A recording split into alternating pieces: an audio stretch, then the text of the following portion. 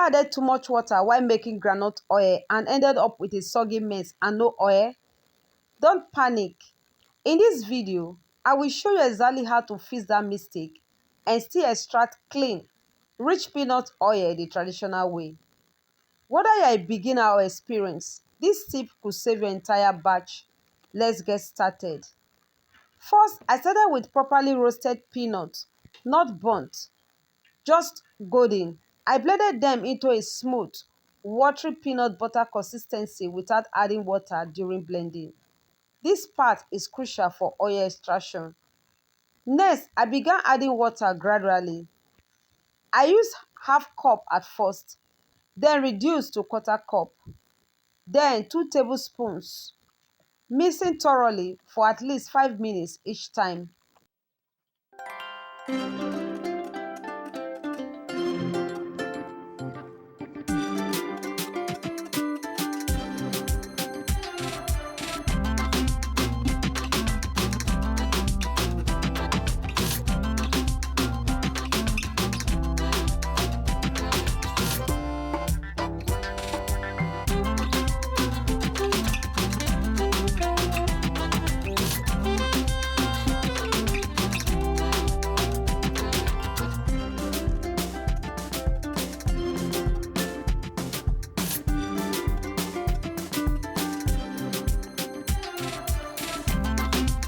Another way to know if you have added enough water is when you hold it together in your hands and it comes together firmly.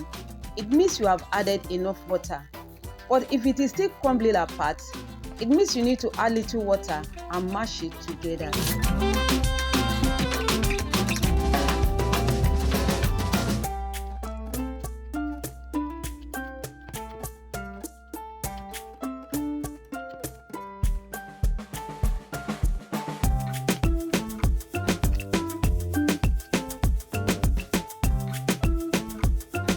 When the oil began to appear, that is where I would have stopped, but I did not.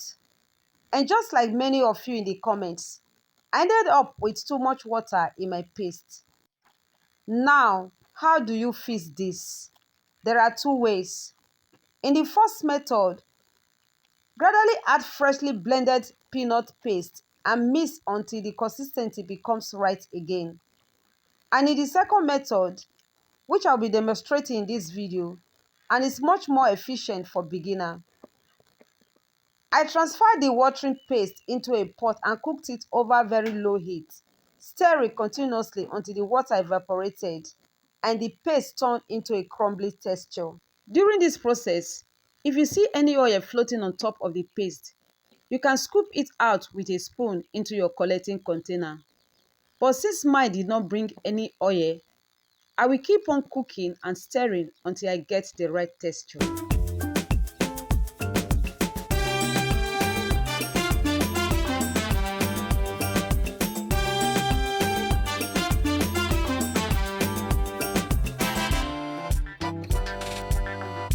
Now we are the right consistency.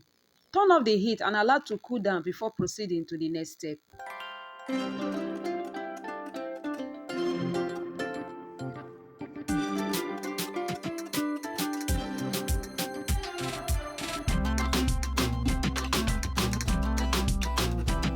Once it is cool to the touch, I wrapped a handful in a cheesecloth and squeezed manually to extract the oil.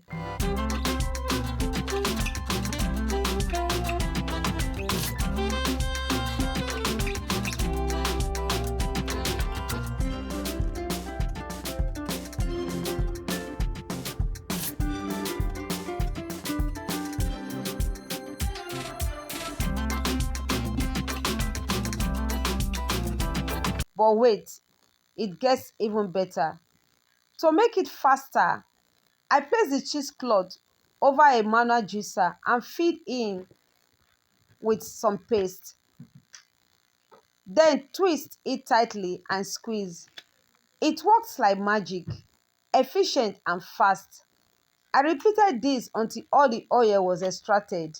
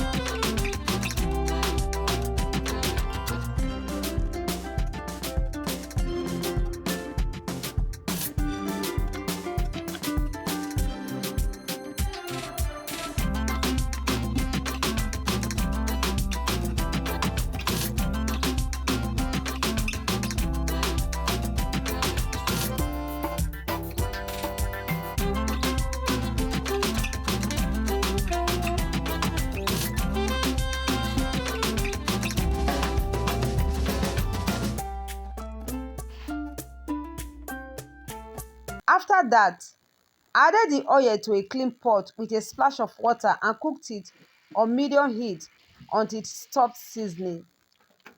This ensures all moisture is removed and makes the oil more clearer. Let it cool completely before boiling, and that is it. And just like that, your groundnut oil is safe even after adding too much water. If this video helped you, please give it a thumbs up, drop a comment with your experience, and don't forget to subscribe for more traditional food tips. In my next video, I will show you how to turn the leftover paste into a delicious kuli kuli. You don't want to miss it. See you there.